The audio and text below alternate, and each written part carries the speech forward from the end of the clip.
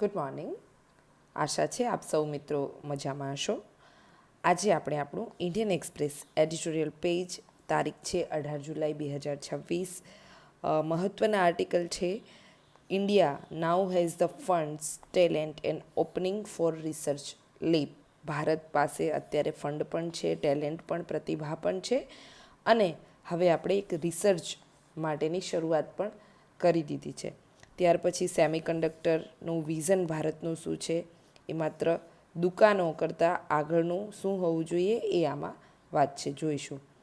Sleepless night, health challenge, કંઈક એવું થયું છે બરાબર વિશ્વમાં, અથવા તો થઈ રહ્યું છે કે આપણા બધાની રાતો હરામ થઈ ગઈ છે અને પબ્લિક હેલ્થ ચેલેન્જ વધી રહ્યું છે. જોઈશું આ ત્રણેય આર્ટિકલ શું છે. ત્રણ આર્ટિકલ આપણને આપણા મેઇન્સની એક્ઝામ છે એમાં GS3ના પેપરમાં સીધા કામ લાગી શકે એમ છે. તો શરૂઆત કરીએ આપણે આર્ટિકલની શરૂઆત થાય છે કે for 3 months of the spring, આ વસંત ઋતુના 3 મહિના સુધી ભારતીય અર્થતંત્રમાં માટે સૌથી મહત્ત્વનો નંબર એટલે આંકડો એ હતો કે તેલનું ટેન્કર સ્ટ્રેટ ઓફ હોર્મુઝથી કેટલું દૂર છે. બરાબર, કે આપણું આ ટેન્કર છે એ સ્ટ્રેટ ઓફ હોર્મુઝથી કેટલું દૂર છે. એક જ મિનિટ, હું તમને હાઇલાઇટ સાથે જ કરું એટલે ફૂલ લાઈવ જેવું તમને ફીલ થાય. બરાબર, કે યસ, છેલ્લા 3 મહિનાથી વસંત ઋતુના જે છેલ્લા 3 મહિના ગયા એમાં મોસ્ટ કોન્સિક્વન્શિયલ નંબર, એક પરિણામકારી જે આંકડો આપણી માટે સૌથી મહત્ત્વનો હતો એ હતું ભારતીય અર્થવ્યવસ્થા માટે કે આ ટેન્કર અને સ્ટ્રેટ ઓફ હોર્મુઝ વચ્ચે કેટલું અંતર છે. જ્યારે આ સ્ટ્રેટ ઓફ હોર્મુઝ બંધ થઈ માર્ચમાં, ત્યારે ભારતનું આયાત છે એનો જે શેર છે એ કેટલો બધો વધી ગયો કે જ્યારે આપણે જરૂરિયાત, ભારત છે પોતાના જેટલું તેલ જોઈએ છે એનું મોટા ભાગનું તેલ ક્યાંથી મંગાવે છે? બહારથી મંગાવે છે. તો આ વખતે એને જોયું કે આપણી જાણે એક જીવનરેખા એક જ જગ્યાએ અટકી ગઈ હોય અને રશિયાથી તેલ લાવવા માટે કેટલો બધો રસ્તો આપણે કાપવો પડ્યો. બરાબર, લોંગર વોયાજ. આપણે જે રશિયાથી જ્યારે આ તેલ લાવ્યા, ક્યાંકથી તો લાવવું જ પડે, તો કેટલો મોટો અને એનો ખર્ચ ઘણો બધો થયો. તો આ પાઠ, આમાંથી આપણે આ પાઠ શું શીખવાનો છે? અનુભવમાંથી આપણે શીખવા જેવું એ છે, અને આ જે શીખ્યું એ ખૂબ અઘરું છે. બરાબર, જે શીખ્યું એ અઘરું છે અને અધૂરું પણ છે. ઇન ધ એન્ડ, અંતે તેલના ટેન્કરનો રસ્તો તો બદલી શકાય છે. બરાબર, ઓઇલ કેન બી રાઉટેડ, તેલના ટેન્કરનો રસ્તો તો બદલી શકાય છે, પણ જે દેશ અતિ મહત્ત્વની ટેકનોલોજીમાં આત્મનિર્ભર બનવા માંગતો હોય તેના પાસે આવો બીજો કોઈ વિકલ્પ છૂટતો નથી. બરાબર, કે કોઈ પણ દેશે આવી ટેકનોલોજીમાં અને ભારતે તો આત્મનિર્ભર બનવું જ છે, તો એના પાસે છેલ્લે બીજો કોઈ નો સચ લેટિટ્યૂડ, કે આપણી પાસે કોઈ બીજો વિકલ્પ હોતો નથી. બીજું ડીપર લેસન, આનાથી સાચો અને the deeper lesson is not that supply chain are fragile. સાચો પાઠ એ નથી કે સપ્લાય ચેઇન નબળી છે એવું શીખ્યા, but that they have become instrument of policy, પરંતુ એ રાજનીતિનું સાધન બની ગઈ. બરાબર, have become instrument of policy. આગળ શું કહે છે? એક એક્સપર્ટ, આમાં તમારે લાઇસન્સ જોઈએ. બરાબર, તો એક એક્સપોર્ટ લાઇસન્સ દબાણનું સાધન બની ગઈ છે. આજે આપણી સપ્લાય ચેઇન છે એ એક્સપોર્ટ લાઇસન્સનું પણ એક સાધન બની ગઈ. આગળ કહે છે લેખક કે એક સાંકડો દરિયાઈ રસ્તો હથિયાર છે. હવે આ એક નાનકડો દરિયાઈ રસ્તો છે ને, એ પણ પોતે એક હથિયાર બની ગયો. અને ટેકનોલોજી એક વર્ષે આપણને શું, કદાચ આપણે આ તેલ લઈએ છીએ સપોઝ, અથવા તો બીજી કોઈ ટેકનોલોજી બીજા દેશ પાસેથી લઈએ છીએ, આ તો એવું થઈ ગયું કે અત્યારે મળી રહી છે અને કાલે ઉઠીને એ લોકો ન પણ આપે. ચીન જુઓ, આગળ લેખક કહે છે ચીન શું કરે છે? પોતાની આવકના 2.43% એના R&D પાછળ વાપરે છે. તેમાંથી 3/4 એના 3/4 પૈસા એ પોતાની કંપનીઓને સીધા આપી દે છે. તેનો એક જ ઉદ્દેશ છે કે બીજા દેશોની ટેકનોલોજી પર પોતાની નિર્ભરતા ઘટાડવી, આખી દુનિયાને આપણા ઉપર નિર્ભર બનાવી દેવા. World depends on those it controls. એટલે આ વસ્તુ છે કે ચાઇના શું કરી રહ્યું છે, એનું એમ્બિશન એક જ છે કે એનો જે ખર્ચ કરે છે 2.43% જેટલો આઉટપુટનો R&D ઉપર, એનો 3/4 એ એની કંપનીઓને આપી દે છે. અને એનું એકમાત્ર લક્ષ્ય આ જ છે કે આપણે કોઈની ઉપર નિર્ભર રહેવું નહીં, દુનિયાને આપણી પર નિર્ભર બનાવવી.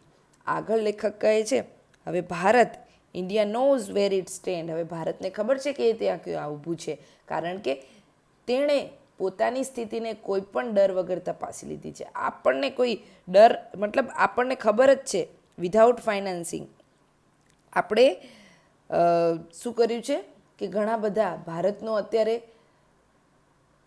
જીડીપી લઈએ તો જીડીપીના માત્ર કેટલા 0.64% આપણે ક્યાં વાપરીએ છીએ, R&D પર, એટલે રિસર્ચ અને ડેવલપમેન્ટ પર. તેમાં પણ આપણે માત્ર 40% હિસ્સો એ કોને આપીએ છીએ, આપણે આ રિસર્ચ અને ડેવલપમેન્ટમાં અગેન્સ્ટ ગ્લોબલ એવરેજ. હવે ગ્લોબલ એવરેજ આપણાથી 2 ગણું વધારે છે, બરાબર. Barely 2/5 of even its financed by private enterprise. અને આપણા અહીંયા ખાનગી કંપનીઓનું રોકાણ પણ ઓછું છે, માત્ર 2/5 જેટલું. વેરેઝ ચાઇના, જ્યારે ચીનમાં શું છે, કોરિયામાં શું છે, અમેરિકામાં શું છે, તો અહીંયા શેર ઇઝ ધ 3/4 ઓર મોર. એટલે અહીંયા 3/4 અથવા આનાથી પણ વધારે છે. તો આ પરિસ્થિતિ કમ્પેરેટિવલી ચીન, કોરિયા, અમેરિકા, જ્યાં 75%થી વધુ ખાનગી કંપની પાસેથી આવે છે અને ખાનગી કંપનીઓને ત્યાંના રાષ્ટ્રો આપે પણ છે, જ્યારે ભારતમાં આ પરિસ્થિતિ નથી. હવે આગળ લેખક કહે છે કે અનુસંધાન નેશનલ રિસર્ચ ફાઉન્ડેશનમાં એવો આદેશ, એવું નોટિફિકેશન આપવામાં આવ્યું અને એને નોટિફાઈ કરવામાં આવ્યું 2024માં. A statutory body chaired by the prime minister. Anusandhan national research એ શું છે, એક રિસર્ચ અને ડેવલપ માટેની એક સંસ્થા છે, એક ફાઉન્ડેશન છે. એને પ્રાઇમ મિનિસ્ટરના વડાપણા હેઠળ બનાવવામાં આવી છે. હવે આમાં કોણ કોણ હોય, તો આમાં હોય છે શિક્ષણવિદો, બરાબર, એકેડમિયા, ઇન્ડસ્ટ્રી, સ્ટાર્ટઅપ, ફિલાન્થ્રોપી, ડાયસ્પોરા. આ બધા લોકો શું કરે છે, તો કોઈ પણ પ્રકારના જે અરેથમેટિક રિસ્ક છે, રિસર્ચમાં જે પણ જોખમ છે, એ બધા સાથે મળીને આ જોખમ કઈ રીતે ઓછું થઈ શકે એના માટે કામ કરે છે. હવે જુઓ આગળ કહે છે કે it research development innovation fund commits ₹1 lakh crore over a 6 year to private sector alone. બરાબર. તો આ ફાઉન્ડેશનને 6 વર્ષમાં પ્રાઇવેટ સેક્ટરને ₹1 લાખ કરોડ આપશે, જેથી કંપનીઓ લાંબા ગાળે માટે રિસર્ચ કરી શકે અને વધારામાં મૂળભૂત વિજ્ઞાન માટે 5 વર્ષમાં ₹50,000 કરોડ અલગથી આપશે આને. બરાબર. શું કરશે, તો ₹50,000 કરોડ બીજા 5 વર્ષ માટે અલગથી આપશે. કોણ, તો અનુસંધાન રિસર્ચ ફાઉન્ડેશન છે એ. ઓલરેડી ₹1 લાખ કરોડ 6 વર્ષ માટે તો આપ્યા. આ રીતે આ પ્લાન છે એ ખૂબ જ અસરકારક છે. The design is catalyst. બરાબર, એ અસરકારક છે. કંપની જેટલો સપોઝ કે ₹1 રિસર્ચમાં લગાવશે, કોઈ કંપની છે એ ₹1 પોતાનો રિસર્ચમાં લગાવશે, પ્યોર કોમર્શિયલ રિસર્ચમાં, ત્યારે એની જે પોતાની પ્રોડક્ટ બનાવવા માટે બીજા કોણ આપશે, અનુસંધાન 5 થી ₹10 પણ રોકશે. હવે સરકાર અને સમાજ, હવે જુઓ આ શું થયું, સામે 5 to 10 એ કોણ આપે છે, આ પાર્ટનરશિપમાં એને મળશે. તો આ પ્રકારની પાર્ટનરશિપ છે. આ પાર્ટનરશિપ કઈ કહેવાય, તો એક બાજુ સોશિયલ પ્લસ પ્રાઇવેટ. બરાબર. સોશિયલ એટલે સરકાર પાસે રૂપિયા છે, એ કોના છે, મારા અને તમારા. તો આ બંને પાર્ટનરશિપ છે એ સાથે મળી અને એક મોટો નફો કદાચ આપણને કરાવી શકે, આપણા માટે મોટો લાભ સાબિત થઈ શકે. અને આ માત્ર પૈસા આપવા પૂરતું સીમિત નથી. બરાબર. And it goes beyond the check, એટલે આ માત્ર પૈસા પૂરતું નથી. સરકાર હવે પોતાની ખરીદી નિયમો પણ એવી રીતે બદલશે કે જેથી આ નવા રિસર્ચને પ્રોત્સાહન મળે. ગવર્મેન્ટ પ્રોક્યોરમેન્ટ એન્ડ રેગ્યુલેશન પણ આની સાથે અલાઇન થશે, જેથી આ જે લેન્ડસ્કેપ છે એ લેન્ડસ્કેપ વધારે મજબૂત બને, એને વધારે પ્રોત્સાહન મળે. આગળ લેખક કહે છે કે a firm may enter as limited partner alongside the foundation anchors capital in second level fund manager. કોઈ કંપની આ ફાઉન્ડેશન સાથે ભાગીદાર બની શકે, પોતે ટેકનોલોજી કંપની તરીકે ભાગ લઈ શકે, અથવા અહીંયા પહેલાંથી જે પણ સ્ટાર્ટઅપ સાથે મળીને કામ કરી રહ્યા છે એની સાથે કામ કરી શકે. જુઓ, એટલે એન્ટ્રી પોઈન્ટ સરળ બનાવી દીધો. Firm may enter as a limited partner alongside ફાઉન્ડેશન્સના એન્કર તરીકે, સેકન્ડ લેવલ ફંડ મેનેજર તરીકે, અને પાર્ટિસિપેટ કરી શકે directly as an eligible technology entity તરીકે, અથવા તો પછી જોઈન્ટ વેન્ચર કરે કોઈ પણ સ્ટાર્ટઅપ જે છે એના સાથે, અને ધ ગ્લોબલ કેપેબિલિટી સેન્ટર્સ છે એ અહીંયા જે ઓલરેડી છે એમની સાથે મળીને કામ કરી શકે છે. આગળ લેખક બીજું કહે છે ઓન ધ સાયન્સ સાઇડ, બરાબર, વૈજ્ઞાનિક કામોમાં આપણે આને લઈએ તો એક નેશનલ મિશનમાં, બરાબર, નેશનલ મિશનમાં એ પાર્ટનર થઈ શકે છે કોઈ પણ કંપની. બીજું કે પ્રી કોમ્પિટિટિવ ચેલેન્જ જે છે એમાં ફાઉન્ડેશન ટુ કો ફાઉન્ડ જે આખો રૂટ છે એમાં CSR પણ આમાં કામ લાગી શકે છે. એટલે CSRમાં પોતાના પૈસા વાપરી શકે અને કોઈ પણ પહેલાં કોઈ નાના પ્રોજેક્ટમાં એ નાનો ખર્ચ આપતા હોય એમાંથી પછી મોટા પ્રોજેક્ટમાં જોડાઈ શકે.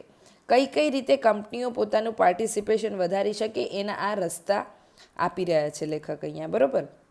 હવે આગળ લેખક કહે છે કે ઘણા બધા રસ્તા છે, બરાબર. આ રીતે તમે NRF જે આપણું અનુસંધાન નેશનલ રિસર્ચ ફંડ છે, જે આખું ફાઉન્ડેશનનું ઇનોવેશન ફંડ છે, એનામાં તમે પોતાની ભાગીદારી નોંધાવી શકો છો.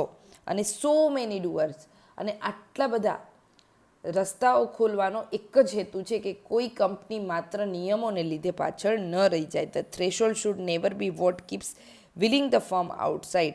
એટલે આ પ્રકારના ઇનિશિયેટિવ લેવાનું પર્પઝ એક જ છે કે કોઈ કંપની છે ને એ પાછળ ન રહી જાય.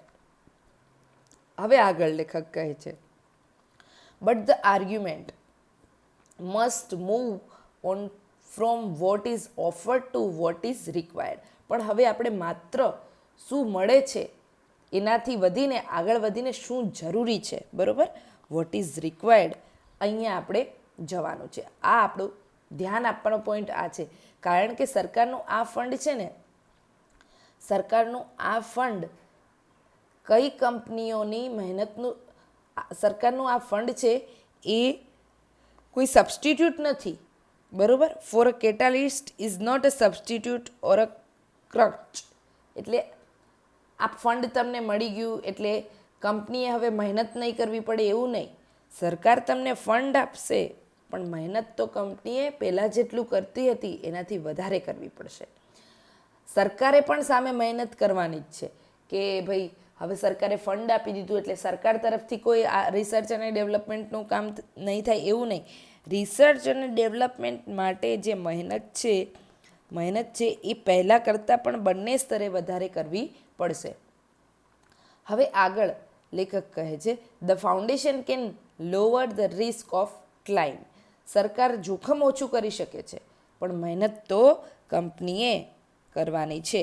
રિસ્ક કદાચ સરકાર ઓછું કરી નાખે છે પરંતુ સરકાર કેન નોટ મેક ઇટ. એટલે સરકારે R&D કે પછી જે ટેકનોલોજી બનાવવાની છે એ બનાવશે નહીં, એના માટે કંપનીએ મહેનત કરવાની છે. તો 3 મહત્ત્વના કામ તો ઇન્ડસ્ટ્રીએ જાતે જ કરવા પડશે એવું આગળ લેખક કહે છે. 3 એક્ટ્સ કયા? First is to mobilise one's own capital behind the public catalyst. બરાબર, કે પહેલું સરકારના ફંડની સાથે પોતાનું મૂડીરોકાણ પણ કરવું. ઓકે, બીજું શું કરવાનું છે કંપનીએ? તો એવી ટેકનોલોજી પસંદ કરવી જે દેશ માટે ખૂબ જરૂરી છે, માત્ર નાના નફા માટે કામ ન કરવું. With strategic seriousness arenas that matter the technology a dependence is most dangerous. જો આ ટેકનોલોજીમાં આપણે કોઈની પર નિર્ભર રહી ગયા તો એ બહુ જોખમકારક હોય એવી ટેકનોલોજી અને કેપબિલિટી મોસ્ટ વેલ્યુએબલ આપણે ક્ષમતા આમાં વિકસાવવાની છે. અને ઓવર ધ ઇન્ક્રીમેન્ટલ ગેઇન્સ એટલે તમારે એનાથી ઉપર ઉઠી જવાનું છે. તમારું જે ઇન્ક્રીમેન્ટલ નાનો જે તમે નફો મેળવતા હતા ત્યાંથી ઉપર ઉઠીને તમારે, લેખક શું કહે છે કે કેવી ટેકનોલોજી સ્ટ્રેટેજિક સિરિયસનેસવાળી આ એરિયામાં જે મેટર કરતી હોય એવી ટેકનોલોજી કંપનીઓએ બનાવવી પડશે. આગળ લેખક થર્ડ કહે છે. ત્રીજું શું? તો third, least glamorous and most important is institutional to build inside the firm the machinery long horizon goals demand dedicated research unit. તો સૌથી મહત્ત્વનું કામ કંપનીની અંદરની જે રિસર્ચ યુનિટ છે એ બનાવવા અને એને માત્ર જે નફાનું દબાણ છે એનાથી દૂર રહીને લાંબા ગાળાના લક્ષ્યો બનાવવા. બરાબર કે થર્ડ, લીસ્ટ ગ્લેમરસ અને મોસ્ટ ઇમ્પોર્ટન્ટ. બરાબર કે તમારે માત્ર મોટા મોટા નામ નથી મેળવવાના, પરંતુ સૌથી મહત્ત્વનું એ છે કે કોઈ પણ સંસ્થા છે એને પોતાની અંદર એક ફર્મ મશીનરી બનાવવાની છે અને એ પણ કેવી લાંબા લક્ષ્યોને પૂરા કરે એવી, લાંબા સમયથી આપણી માંગ છે એને પૂરી કરે એવી આવા ડેડિકેટેડ રિસર્ચ યુનિટ બનાવવાના છે. અને કોર્પોરેટ વેન્ચર એ આમાં ભાગીદારી નિભાવવાની છે. પ્લાનિંગ ફંક્શન્સ જે છે એ શું કરશે? જે આ ટાયરની છે, બરાબર, આ જે અરાજકતા છે નેક્સ્ટ ક્વાર્ટરમાં એને ખતમ કરશે, અથવા તો આમાં આપણે વધારે મજબૂત બનીશું. Bharat can be the world research development partner. Bharat આખી દુનિયા માટે રિસર્ચ ડેવલપમેન્ટનું પાર્ટનર બની શકે છે. આપણે બધાએ મળીને આ બનાવવું પડશે. આ ફાઉન્ડેશનનો મુખ્ય હેતુ કોલેજો અને નવા જે સ્ટાર્ટઅપ્સ છે એની સાથે ભાગીદારી કરવાનો છે. બરાબર. હવે આગળ લેખક કહે છે કે બિલ્ડિંગ ઇટ ઇલ્ડ્સ અ ડિવિડન્ડ, એટલે આપણને આનામાંથી જે પણ ઉત્પાદન મળે એ આપણને નફાકારક હોય એવું હોવું જોઈએ. નો ઇન્કમ સ્ટેટમેન્ટ રેકોર્ડ્સ, એટલે જો આમાંથી તમારી કોઈ આવકનો ક્યાંય હિસાબ જ નથી દેખાતો તો પછી એ મહત્ત્વનું નથી. ભારતમાં ભણેલા ગણેલા ડૉક્ટર લેવલના જે યુવાનો વિદેશ જતા રહે છે તેમને ભારતમાં જ કામ કરવા મળશે એ રીતનું એક આખું રિસર્ચ કલ્ચર આ સંદર્ભમાં આપણે ઊભું કરવાનું છે. તો આ અગેઇન અનુસંધાન નેશનલ રિસર્ચ ફાઉન્ડેશન છે એનો એક હેતુ આપણને અહીંયાથી ઇનડાયરેક્ટલી એ મળે કે આપણે ડ્રેઇન જે થાય છે એ અટકાવવાનું છે. ઓકે. હવે આગળ લેખક કહે છે કે ઇન્ડિયન ઇન્ડસ્ટ્રીઝ જે છે, ભારતીય ઉદ્યોગો છે, એ આ પ્રકારનો એક ચેલેન્જ એની સામે ઉભરી રહ્યો છે અને ઇતિહાસના પુરાવા પણ એની સામે છે. તો આવા પડકારોને ભારત ઝીલી શકે છે. When India accepted the world trade organisations intellectual property regime in mid-1990s, agreeing to honor product patents in pharmaceuticals, the expectations was that domestic drug industry built on a reverse engineering molecules other had discovered would be overrun by the very multinationals whose patent it had worked around. Okay. તો 1990ના દાયકામાં ભારતે જ્યારે world trade ઓર્ગેનાઇઝેશનના નિયમો સ્વીકાર્યા ત્યારે બધાને લાગ્યું હતું કે ભારતની જે આ બધી ફાર્મા કંપનીઝ બંધ થઈ જશે, કારણ કે ભારત શું કરશે? બીજી કંપનીઓની દવાને એન્ટ્રી આપશે અને ભારતની બધી જે ફાર્મા કંપનીઝ છે એ આ બધી દવાઓની કોપી કરી અને પોતાની દવા બનાવવાનું છોડી દેશે. પરંતુ ભારતની કંપનીઓએ કર્યું શું ખબર છે? આ દવાઓ છે ને એને પોતાના ભારતીય વર્ઝનમાં મોડેલ કરી અને દવાને વધારે સસ્તી બનાવી. અને જુઓ આજે ફાર્મા આપણું શું છે? ભારતને વર્લ્ડ ફાર્માનું શું કહેવામાં આવે છે? કેપિટલ કહેવામાં આવે છે. તો જુઓ ભારત કઈ રીતે આવા પડકારો સામે ટકી શક્યું છે એનું આ ઉદાહરણ છે. તો મિત્રો આ એક્ઝામ્પલ આપણે સીધું આપણા એક્ઝામમાં યુઝ કરી શકીએ છીએ. આગળ શું કહે છે? That is not what happen, પણ એવું થયું નહીં. ભારતીય કંપનીઓએ પીછેહટ કરવાને બદલે, એટલે એવું થયું નહીં એટલે આ એના સંદર્ભમાં છે કે આવી એક સંભાવના હતી કે ભાઈ ભારતીય કંપનીઓ આની સામે હારી જશે, કે WTO એ બધું ઓપન કરી દીધું છે એટલે અહીંયા બીજી કંપનીઓ આવશે એટલે આપણી ફાર્મા અને ડ્રગ કંપની છે એ બધી નહીં જીતી શકે, પણ આપણે જીતી ગયા. બરાબર? કેમ? બિકોઝ આપણે દવાઓને વધારે અફોર્ડેબલ અને ક્વોલિટીવાળી બનાવી. પણ એવું ન થયું એટલે આપણે હારી ન ગયા. ભારતીય કંપનીઓએ પીછેહટ કરવાને બદલે શું કર્યું? નવી firm has ચૂઝન build rather then retreat, એટલે પીછેહટ કરવાની જગ્યાએ આપણે માસ્ટર થયા આ પ્રોસેસમાં, કેમિસ્ટ્રીની પ્રોસેસમાં નવી શોધો કરી. દુનિયાના જે પણ અઘરા નિયમો હતા એ નિયમો સાથે આપણે અડેપ્ટ થયા. આજે ભારત, જુઓ મેં તમને કહ્યું ને એ જ વસ્તુ અહીંયા આવી. બરાબર? આપણે made themselves a pharmacy for much of the world. આપણે આજે દુનિયાનું ફાર્મસી કોણ છે અત્યારે? તો ભારત છે. હવે ભારતીય ઉદ્યોગો સામે એનાથી પણ મોટી તકો છે અને રસ્તો એ જ છે જે પહેલાં અપનાવ્યો હતો. Indian enterprise is broader and its logic is identical. આપણે જે વિચારતા હતા, જે રીતે આપણે આગળ વધતા હતા એ પ્રકારનું જ તર્કથી આપણે આગળ વધ્યા. The climb more ever can be swifter than it was for those who went before. આ વખતે એવું કહે છે લેખક હવે કે આ વખતે સફળતા છે ને એ પહેલાં કરતાં પણ વધારે ઝડપી, કેન બી સ્વિફ્ટર, વધારે ઝડપથી મળી શકે એમ છે. કેમ?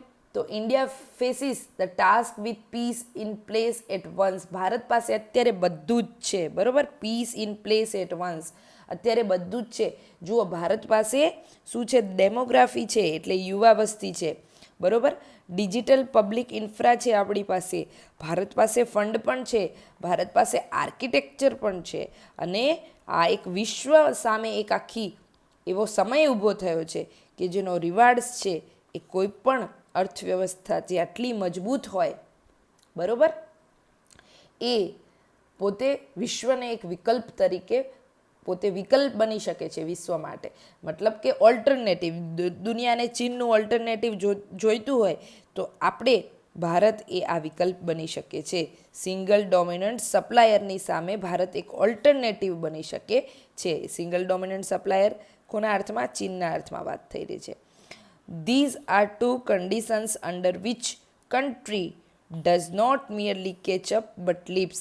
એટલે આ બે શરતો છે કે જેની અંદર, બરોબર, ભારત માત્ર દુનિયાની બરાબરી નહીં કરે પણ આગળ નીકળી જશે. જે ભારતે અત્યાર સુધી ટેકનોલોજી વાપરનાર હતો એ હવે શું કરશે? જનરેટર બની જશે. એ ટેકનોલોજી જનરેટ કરનાર બની જશે. તો હોર્મુઝના બનાવ પછી, આફ્ટર હોર્મુઝ, બરાબર, હોર્મુઝે આપણને બતાવ્યું કે આપણી બીજા ઉપરની નિર્ભરતા છે એ કેટલી ખર્ચાળ સાબિત થઈ શકે છે. અને વોટ વન નીડ્સ માટે આપણી માટે શું જરૂરી છે? તો technological independence that will enhance the resilience. બરાબર?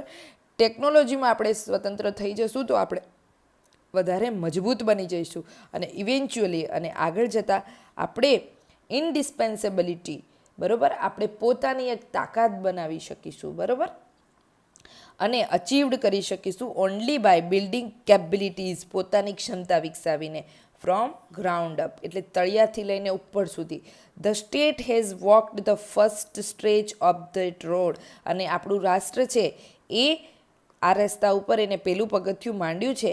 અને ધ લેબોરેટરીઝ આર રેડી. હવે આપણી પાસે આખી એક પ્લેટફોર્મ તૈયાર થઈ ગયું છે. બરાબર?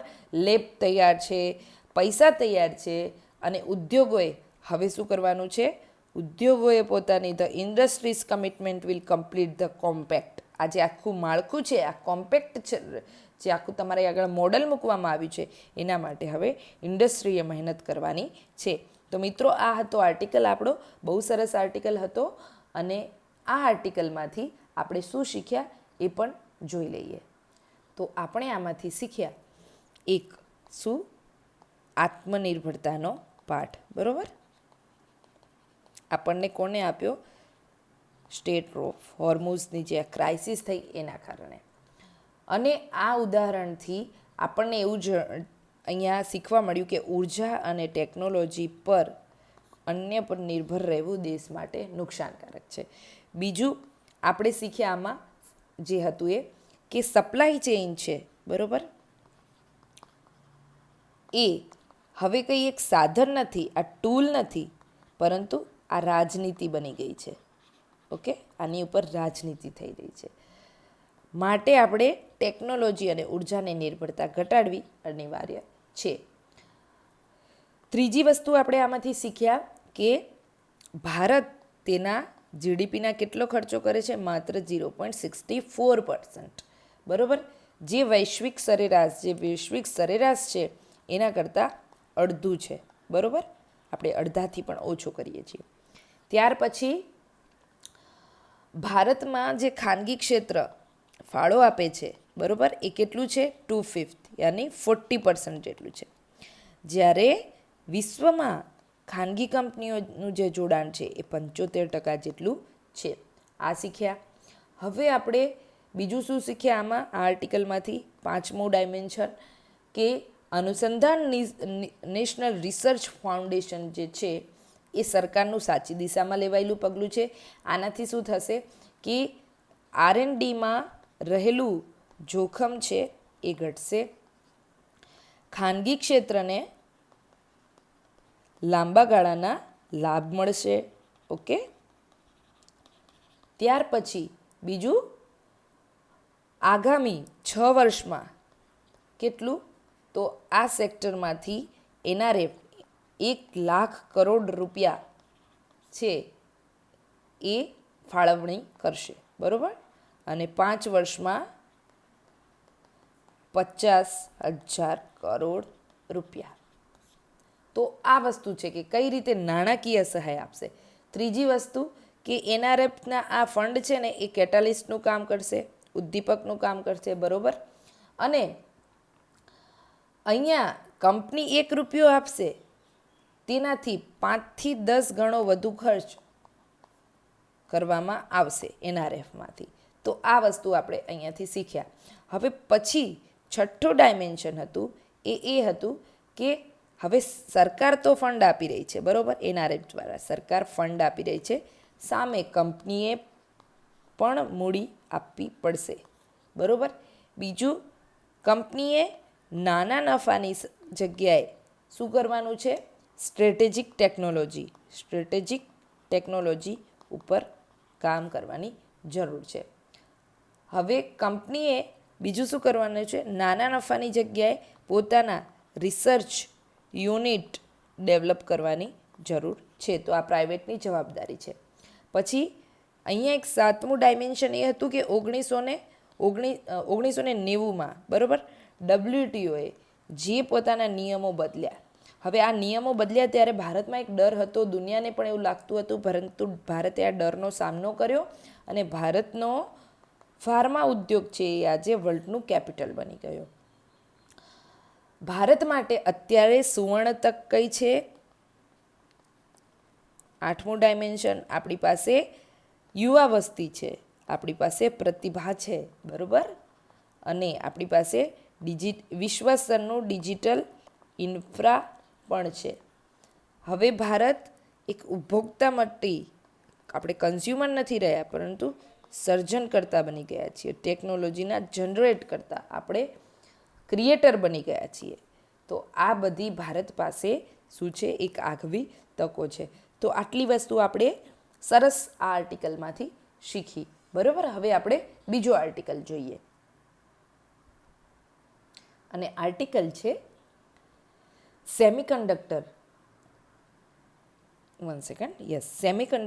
વિઝન્સ બિયોન્ડ ધ શોપ ફ્લોર. તો આપણું જે સેમિકન્ડક્ટરનું વિઝન છે એ શું હોવું જોઈએ? બરાબર, જુઓ, આર્ટિકલની શરૂઆતમાં જ યુનિયન કેબિનેટે મંજૂરી આપી શેની? તો ઇન્ડિયા સેમિકન્ડક્ટર મિશનના બીજા તબક્કાની સેકન્ડ ફેઝની મંજૂરી આપી છે. અને આ તબક્કો છે એમાં, અને આ મંજૂરી છે એ વસ્તુ દર્શાવે છે કે હવે ભારત માત્ર સેમિકન્ડક્ટરની ફેક્ટરીઝ બનવાને બદલે આપણે શું બની રહ્યા છે? આ આધુનિક ક્ષેત્રમાં એક નવું મોટું માળખું, ઇનોવેશનનું માળખું બનાવવા માટેની તૈયારી કરી રહ્યા, એ કટિંગ એજ સેક્ટર ઉપર આપણે ઊભા છીએ. આપણે આખું આવું માળખું બનાવવાનું છે. તો એક જ minute, I have to pink yes this portion. તો યુનિયન કેબિનેટે સેકન્ડ ફેઝને મંજૂરી આપી સેમિકન્ડક્ટર મિશનની, અને આમાં આપણે હવે factory to building innovation landscape આપણે બનાવવાનું છે, બરાબર. હેવિંગ લેડ ધ ફાઉન્ડેશન, આગળ લેખક કહે છે સેમિકન્ડક્ટર બનાવવાનો પાયો નાખ્યા પછી ભારતે હવે કંઈક આમાં મોટું કરવા માંગે છે. હવે આમાં ભારત શું કરશે? ઇન્ટિગ્રેટિંગ ચિપ ડિઝાઇન, આપણે ચિપ ડિઝાઇન બનાવીશું, જરૂરી ઇક્વિપમેન્ટ્સ બનાવીશું, કાચો માલ મટીરિયલ્સ એના માટે બનાવીશું, ઇન્ટેલેક્ચ્યુઅલ પ્રોપર્ટી અને ઉચ્ચ સ્તરના સંશોધન એડવાન્સ રિસર્ચ આમાં આપણે કરીશું, જેથી આ ઇન્ડસ્ટ્રીયલ સ્ટ્રેટેજી છે એની સાથે આપણી આ ઔદ્યોગિક રણનીતિ છે એને એક સાથે જોડી શકાય, બરાબર. સાથે આગળ અ કી ઓબ્જેક્ટિવ, બરાબર. કી ઓબ્જેક્ટિવ શું રહ્યો આપણો આ બાબતે? કી ઓબ્જેક્ટિવ ઓફ ₹1,27,500 કરોડ આઉટલે જે અનાઉન્સ કર્યું એની અંદર એ આપણો જે મુખ્ય ઉદ્દેશ છે એ છે સરકારે સેમિકન્ડક્ટર ડિઝાઇનને પ્રોત્સાહન આપવાનું છે. સેમિકન્ડક્ટર ડિઝાઇનને પ્રોત્સાહન આપવાનું છે, બરાબર. આ એવું ક્ષેત્ર છે કે જ્યાં આ ઉદ્યોગનું મૂલ્ય, જ્યાં પૈસા, much of the industries value એ આ ક્ષેત્રમાં છે. હવે જે દેશો પાસે આધુનિક ફેક્ટરીઓ નથી, સપોઝ કે કટિંગ એજ ફેબ્રિકેશન પ્લાન્ટ જે કન્ટ્રી પાસે નથી, એમના માટે ચીપની ડિઝાઇન કરવી, સોફ્ટવેર, બૌદ્ધિક સંપત્તિઓના જોરે દુનિયાની સપ્લાય ચેઇનમાં મહત્ત્વનું સ્થાન મેળવવું અઘરું થઈ જાય. તો હવે જુઓ, ભારત પાસે છે ને આ છે, બરાબર. એની પાસે શું છે? પ્લાન્ટ બનાવવાની. આ પ્લાન્ટ આપણે અહીંયા જ બનાવી રહ્યા છીએ, એટલા માટે આપણે ઓક્યુપાય કરી રહ્યા છીએ કેવી પાઇવોટલ પોઝિશન, ક્યાં? તો ગ્લોબલ સપ્લાય ચેઇનમાં ચીપ આર્કિટેક્ચર જે છે આનું, ચિપ્સનું, બરાબર, કે જે અંદર નાની નાની સેમિકન્ડક્ટર ઇન્ડસ્ટ્રીઝમાં જે ચિપ્સ મેન્યુફેક્ચરિંગ થશે એનું જે આર્કિટેક્ચર છે એમાં આપણું ગ્લોબલ સપ્લાય ચેઇનમાં આપણું મહત્ત્વનું સ્થાન છે. અને વેરિફિકેશન હોય, સોફ્ટવેર અને ઇન્ટેલેક્ચ્યુઅલ પ્રોપર્ટી હોય, બધાનું આ પ્લાન્ટમાં શું થશે? એનું કામકાજ છે એ અહીંયા થશે. હવે આગળ લેખક કહે છે કે ભારતની આ નીતિ છે ને, કઈ રીતે સેમિકન્ડક્ટરમાં એ આગળ વધી રહ્યું છે એ ખૂબ કેવી છે? પ્રુડન્ટ છે, એ સમજદારી ભરી છે, જેમાં ફેક્ટરીઓ માટેનો આર્થિક સહાય ઘટાડીને પૈસા એવી કંપનીઓને આપવાનું નક્કી કર્યું છે કે જે ઓલરેડી ચીપ મેન્યુફેક્ચરિંગ કરે છે અને જરૂરી કેમિકલ્સ, ગેસ અને કાચો માલ પણ બનાવે છે. કેમિકલ્સ માં એમની સ્પેશિયાલિટીઝ છે, ઓલરેડી મટીરિયલ બનાવે છે. ઇન્ડસ્ટ્રીયલ ગેસીસ બી એમની પાસે છે. શાના માટે? આ ચિપ્સ બનાવવા માટે. હવે જુઓ, લેખક આગળ કહે છે, આ આર્ટિકલમાં વાત કરવામાં આવે છે કે ચિપ ડિઝાઇન પર 75% સુધી શું આપવામાં આવે છે? સબસિડી આપવામાં આવે છે, બરાબર. સબસિડીઝ આપવામાં આવે છે અને આ વસ્તુ દર્શાવે છે કે ભારત હવે R&D ઉપર ધ્યાન આપી રહ્યું છે. આગળ વાત છે આર્ટિકલમાં કે ભારતનો અત્યારનો લક્ષ્યાંક એવો છે કે આપણે India's immediate goal is of an ecosystem capable of manufacturing mature node chips, બરાબર. ભારતનો અત્યારનો લક્ષ્યાંક મેચ્યોર નોડ ચિપ્સ યાની 28 નેનોમીટર કે તેથી મોટી આવી બધી જે ચિપ્સ હોય ને એને મેચ્યોર નોડ્સ કહેવાય, બરાબર. 28 નેનોમીટરથી મોટી હોય અથવા તો એના જેટલી હોય એ બનાવવાનો છે. અત્યારે દક્ષિણ કોરિયા અને તાઇવાન જેવા દેશો હોય ને 10 નેનોમીટરથી નાની ચિપ્સ બનાવે છે. તેમની સરખામણીમાં આપણને કદાચ અત્યારે શું થાય? 28 નેનોમીટરનો આપણો જે લક્ષ્યાંક છે એ માઇટ અપિયર મોડેસ્ટ, કદાચ આપણને નાનો લાગી શકે, પરંતુ દુનિયામાં વપરાતી કુલ સેમિકન્ડક્ટર ચિપ્સમાંથી માંગ જે છે 70% માંગ ગ્લોબલ સેમિકન્ડક્ટરની એ કઈ છે? આ મેચ્યોર નોડ ચિપ્સની છે.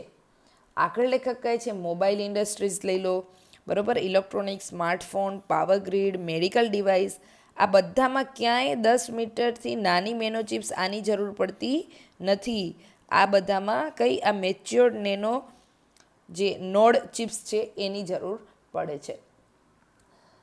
લેખક આગળ કહે છે એટલે ભારતની આ નીતિ છે ને એ રાઇટ ડિરેક્શનમાં છે, કે કમ્પેરેટિવ એડવાન્ટેજ આપણને આમાં મળી શકે છે.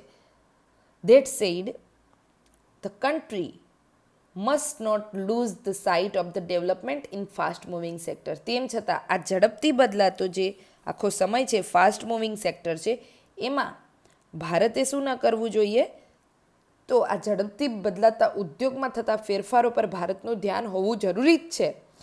છેલ્લા 5 વર્ષમાં ચિપ્સ મેન્યુફેક્ચરિંગ જે છે એ વૈશ્વિક માર્કેટ વારંવાર કેવું થયું છે, વારંવાર જે પણ વિશ્વ સ્તરે ઘટનાઓ બની એની આ માર્કેટ ઉપર ખૂબ અસર થઈ છે. માટે આ સેક્ટર બહુ સેફ નથી, એ વસ્તુ ભારતે ધ્યાન રાખવાની જરૂર છે.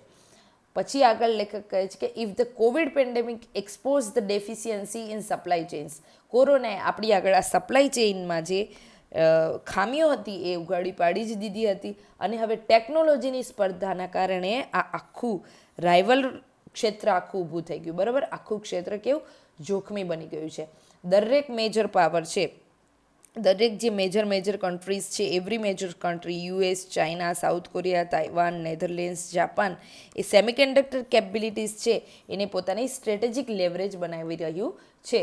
શું કરી રહ્યું છે? રણનીતિક ફાયદો આના ઉપર કઈ રીતે પ્રાપ્ત કરી શકાય, પોતાનું ક્ષેત્ર પ્રભુત્વ કઈ રીતે વધારી શકાય એ જોઈ રહ્યું છે. એટલે જ આગામી 5 વર્ષમાં શું થશે, 7 નેનોમીટરથી 2 નેનોમીટર આટલી નાની ચિપ્સ બનાવવાનું જે લક્ષ્ય છે એ ભારતે આવનારા 5 વર્ષમાં એ ભારતે પ્રાપ્ત કરવું પડે. ભલે અત્યારે સપનું મોટું લાગે છે, પરંતુ આ લક્ષ્ય આપણે પ્રાપ્ત કરવું પડશે. આગળનો જે આર્ટિકલમાં વાત છે એ છે કે સેમિકન્ડક્ટર ક્ષેત્રમાં આગળ વધવા માટે માત્ર સરકારી પૈસા કે સબસિડી પૂરતી નથી. આ ઉદ્યોગોમાં થોડીવાર કેવું થાય, કદાચ વીજળી હોય, જતી બી રહે, આખી પ્રોડક્શન, અને એના કારણે જો અચાનક વીજળી જતી રહે ને, જો પ્રોડક્શનમાં જે પણ ચિપ્સ મેન્યુફેક્ચરિંગ થઈ રહ્યું છે, કદાચ એ આખો લોટ બગડી જાય. બરાબર, તો કામ અહીંયા એકદમ ચોકસાઈથી થવું જોઈએ, એ વસ્તુ જરૂરી છે. સરકારી મંજૂરીઓ જલ્દી મળી જવી જોઈએ અને કુશળ ટેકનિશિયનોની સંખ્યા પણ જોઈશે આ ઇન્ડસ્ટ્રીઝમાં. બરાબર, અવેલેબલ નંબર્સ જે છે સ્કિલ્ડ ટેકનિશિયન્સના એ પણ વધારે જોઈએ છે. એન્વાયરમેન્ટ ક્લિયરન્સ હોય, ક્લોક વર્ક, પ્રિસિઝન કામ થવું જોઈશે. અને બીજું શું કે આ વસ્તુ એ જ કીધી કે આમાં કદાચ ડેસ્ટ્રોય આખું પ્રોડક્શનની બેઝ છે એ કદાચ ડેસ્ટ્રોય થઈ જવાની સંભાવના છે, જો કંઈ પણ નાનો એવું મોટું ઇન્ટરફિયરન્સ આવે તો પણ. તો આ ઇન્ડિયન એન્જિનિયર્સ છે જે કામ કરી રહ્યા છે આ ક્ષેત્રમાં. બરાબર, ભારતીય એન્જિનિયરો પહેલેથી જ દુનિયાની મોટી મોટી કંપનીઓમાં કામ કરી રહ્યા છે, ચિપ ડિઝાઇનનું કામ કરે છે. બેંગલુરુ, હૈદરાબાદ જેવી જગ્યાઓએ તો મોટા ડિઝાઇન સેન્ટર પણ છે. બરાબર, ડિઝાઇન સેન્ટર પણ બેંગલુરુ અને હૈદરાબાદ, પુણે, નોઈડામાં છે. The challenge is to translate the advantage. તો હવે આપણે જો આ ફાયદો મળી રહ્યો છે એને વર્લ્ડ ક્લાસ મેન્યુફેક્ચરિંગ કેપેસિટીમાં ટ્રાન્સફર કરવાનો છે. આપણે આમાં પરિવર્તન લઈ આવવાનું છે. The judicious mix of market force, તો અહીંયા બજાર અને સ્ટેટ સપોર્ટ એ બંને વસ્તુ સાથે મળીને આ કામ કરશે. Like its counterpart in Taiwan, South Korea અને યુએસ. બરાબર, જેમ તાઇવાન અમેરિકામાં થયું છે એવું ભારત સરકારે એક મદદગારની, government will have an enabler role. સરકારે આમાં એક એનેબલરનો રોલ, એક મદદગારની ભૂમિકા ભજવવાની છે.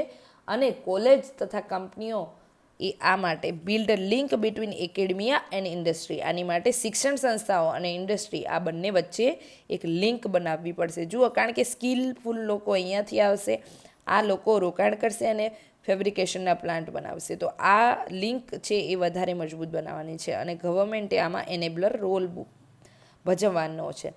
સાઉથ કોરિયા, તાઇવાન અને યુએસએ આવું કર્યું છે એટલે જ આ લોકો સફળ છે, એવું આ આર્ટિકલમાં વાત છે. હવે આગળનો આર્ટિકલ છે એ આર્ટિકલ છે કે કઈ રીતે વધતું જે આ તાપમાન છે એ આપણી ઊંઘ છે એ ઊંઘને હરામ કરી રહ્યું છે. તો જુઓ, એક રિસન્ટ હમણાં એક શું થયો, તો એક અભ્યાસ થયો હશે. બરાબર, rising temperature are keeping Indians up at night. એટલે રાતે તમને બધાને અને મને બધાને મહેસૂસ થાય છે કે કઈ રીતે આપણે રાત્રે ઊંઘ નથી આવતી. કેમ? ટેમ્પરેચર ચોમાસામાં પણ રાત્રે બફારો થાય છે. આગળ લેખક કહે છે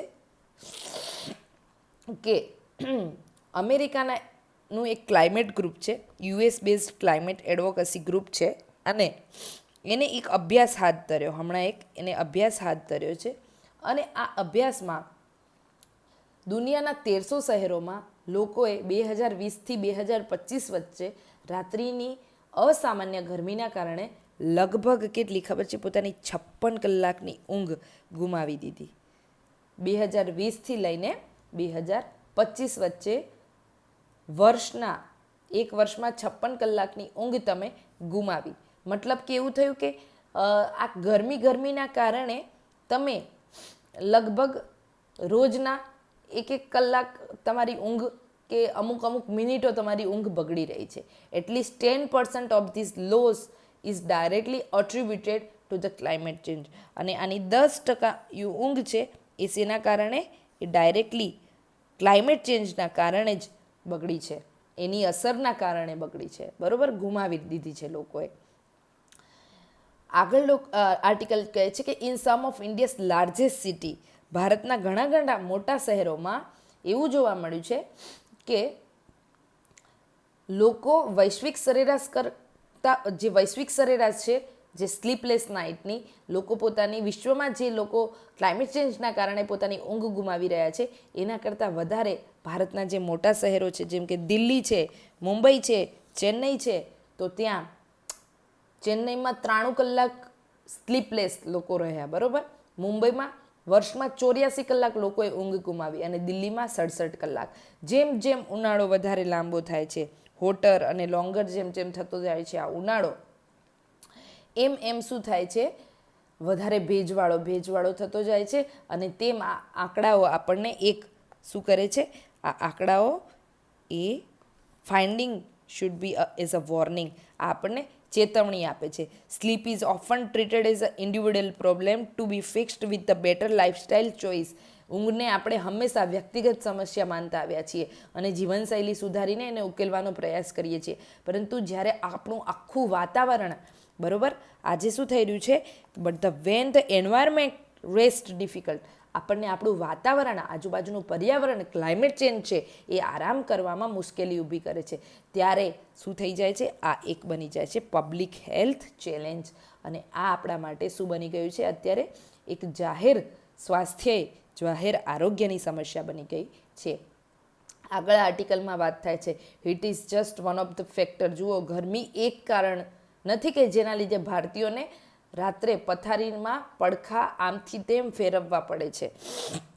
બરોબર, toss and turn in their beds, એટલે ભારતીયોએ પથારીમાં આમથી તેમ પડખા ફેરવવા પડે છે. તેનું એકમાત્ર કારણ ગરમી જ છે એવું નથી. ગયા વર્ષે Indian journal the review literature of sleep disorder published last year in Indian journal of public health. બરોબર, ગયા વર્ષે ઇન્ડિયન જર્નલ ઓફ પબ્લિક હેલ્થમાં છપાયેલા એક અભ્યાસમાં એવું જાણવા મળ્યું કે આખા ભારતમાં ઊંઘને લીધે થતી જે બીમારીઓ છે એ વધી રહી છે, ખૂબ વધી રહી છે. જુઓ, આમાં એક કારણ સોશિયલ મીડિયા પણ છે. બરાબર, કારણ કે એના કારણે મેલેનિન જનરેટ નથી થતું, સતત પ્રકાશમાં રહેવાના કારણે. એટલે મેલેનિન જનરેટ ના થાય એટલે તમારી નર્વસ સિસ્ટમ જે આમ એટલી સ્મૂથલી ચાલવી જોઈએ એ નથી ચાલતી, તમે હાઇપર એક્ટિવ થતા જાઓ છો વધારે ને વધારે. તો હવે આપણે આર્ટિકલ શું કહે છે કે Indian journal of public health જે એને કહ્યું આમાં અભ્યાસ મુજબ કે આખા ભારતમાં ઊંઘને લગતી બીમારીઓ ખૂબ જ સામાન્ય બની ગઈ છે અને સ્લીપ લોસ ડિપ્રિવેશન અથવા તો sleep deprivation connected to rapidly changing lifestyle. આપણું જીવનશૈલી જે રીતે બદલાઈ રહી છે, જુઓ આગળ આવ્યું એક્સેસિવ સ્ક્રીન ટાઈમ, બરાબર, social media addiction, excessive screen time, erratic eating, આપણે જે રીતે આપણી જે ખોરાકની અનિયમિતતા છે એ, અને શિફ્ટમાં કામ કરવાની આદતો, શિફ્ટ બેઝડ વર્ક, આના કારણે આ સમસ્યાઓ છે એ વધારે કમ્પાઉન્ડ ચેલેન્જ વધારે ને વધારે વધતી જાય છે. શરીરના કોષોના સમારકામ જે રીતે સ્લીપ ઇઝ એસેન્શિયલ ફોર શેના માટે? સેલ્યુલર રિપોર. હું અને તમે બધા બેઝિક સાયન્સમાં ભણ્યા છે કે સેલ્યુલર રિપેર માટે ઊંઘ છે એ બહુ કામ કરે છે. કે આપણા સેલ છે આખો દિવસ કામ કરીને થાકી ગયા હોય તો રાત્રે ઊંઘમાં એ ફરી પુનર્જીવિત થાય, વધારે મજબૂત થાય અને ઇમ્યુન ફંક્શન આપણી સારી રીતે ચલાવી શકે ઊંઘ. બરાબર, તો જુઓ શરીરના કોષોના સમારકામ માટે, રોગ પ્રતિકારક શક્તિ વધારવા માટે અને શરીરમાં આવતી જે સોજા જેવી સમસ્યાઓને નિયંત્રિત કરવા માટે શું જરૂરી છે? પૂરતી ઊંઘ, સેલ્યુલર રિપેર, ઇમ્યુન ફંક્શન અને રેગ્યુલેટિંગ ઇન્ફ્લેશન, એટલે સોજાઓ જે આવી જાય છે એ ન આવે એના માટે શું કરવું જોઈએ? આજે સ્લીપ ઘટી રહી છે ને આના કારણે આ બધું વધી રહ્યું છે, તો સ્લીપ ઇઝ એસેન્શિયલ. બીજું આગળ આર્ટિકલમાં વાત છે કે જો ઊંઘમાં થોડો ઘટાડો પણ અઠવાડિયા કે મહિનાઓ સુધી ચાલુ રહે ને તો તેની અસર over the week or months આ ચાલુ રહે તો એની અસર બહુ લાસ્ટિંગ ઇફેક્ટ હોય, એની અસર લાંબા ગાળા સુધી થાય છે. લાંબા સમયની ઊંઘની કમીથી, ઘણા લાંબા સમય સુધી ઊંઘ ન આવે તો એની કમીથી શું થાય? તમને ટેન્શન, હાઇપરટેન્શન, બીપી થઈ શકે, diabetes, heart disease, obesity, cognitive impairments, તમારી બૌદ્ધિક ક્ષમતા પણ ઘટી શકે છે, તેમજ તમારી ઓવરઓલ વર્કપ્લેસ ઉપર પ્રોડક્ટિવિટી પણ ઘટી શકે છે. અને બીજું જુઓ, આવી રીતે ઊંઘ ના લીધી હોય ને એટલે તમારું રિસ્ક ઓફ એક્સિડન્ટ વધી જાય. આગળ હવે લેખક કહે છે India needs to recognise the healthy sleep. હવે ભારતે એક હેલ્ધી સ્લીપ, સ્વસ્થ ઊંઘને જાહેર આરોગ્યનો મહત્વનો મુદ્દો બનાવવાની જરૂર છે, આધાર સ્તંભ ગણવાની જરૂર છે. ગરમીને પહોંચી વળવા માટેના પ્લાનમાં માત્ર દિવસની જ નહીં, હવે તો રાત્રિની પણ સમાવેશ એનો કરવો પડશે. આ હીટ એક્શન પ્લાન છે, બરાબર? અહીંયા આપણે હીટ એક્શન પ્લાન છે, એમાં માત્ર ડેમાં જે ગરમીમાં આપણે એક્સપોઝ થઈએ અને આપણને શું અસર થાય છે એમ નહીં, રાત્રે આપણને ગરમીની શું અસર થાય છે એને પણ આપણે સમાવિષ્ટ કરવું પડશે. ક્યાં? ખાસ કરીને અર્બન સેટલમેન્ટમાં, ભીડભાડવાળી જગ્યાઓમાં. હવે આગળ આર્ટિકલમાં વાત છે કે આ માટે ફોર ધીઝ ધ હીટ આઇલેન્ડનો જે ઇફેક્ટ છે એ અર્બન પ્લાનિંગમાં વધારે થાય છે, માટે અર્બન પ્લાનિંગમાં cooling solution, better housing design આપણે કરવી પડશે. અને સાથે ઇક્વલી ઇમ્પોર્ટન્ટ છે કે ઇન્ટિગ્રેટિંગ કરીએ આપણે સ્લીપ હેલ્થને. ક્યાં? તો પબ્લિક હેલ્થ કેમ્પેઇનમાં. આપણા પબ્લિક હેલ્થ જે અભિયાનો થઈ રહ્યા છે એ આરોગ્યના અભિયાનોમાં ઊંઘની તંદુરસ્તી, ઊંઘનું સ્વાસ્થ્ય પણ હવે સામેલ હોવું જોઈએ. અને ભારત ઇઝ ઇન્ડિયા હવે ડીલ્સ કરી રહ્યું છે નોન કોમ્યુનિકેબલ ડિઝીઝ સાથે. ભારતમાં જેમ જેમ એનસીડી, જીવનશૈલીને સંબંધિત રોગો જે વધી રહ્યા છે, નોન કોમ્યુનિકેબલ ડિઝીઝ વધી રહ્યા છે, બરાબર?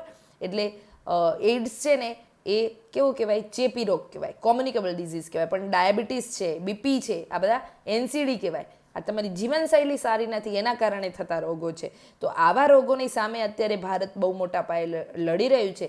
ત્યારે દેશની ઊંઘને બચાવવી, protecting the country sleep may prove to be the important investment in its long term health. બરાબર? તો ઊંઘ કેટલી બધી જરૂરી અને મહત્ત્વની છે એ વસ્તુ આપણે અહીંથી શીખ્યા.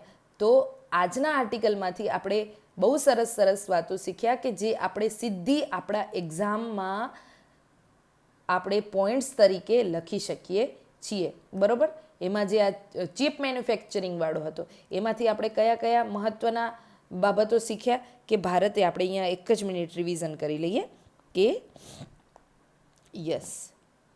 કે ભારતે સેમિકન્ડક્ટર ફેબ યુનિટ્સ બનાવવાના છે, બરાબર?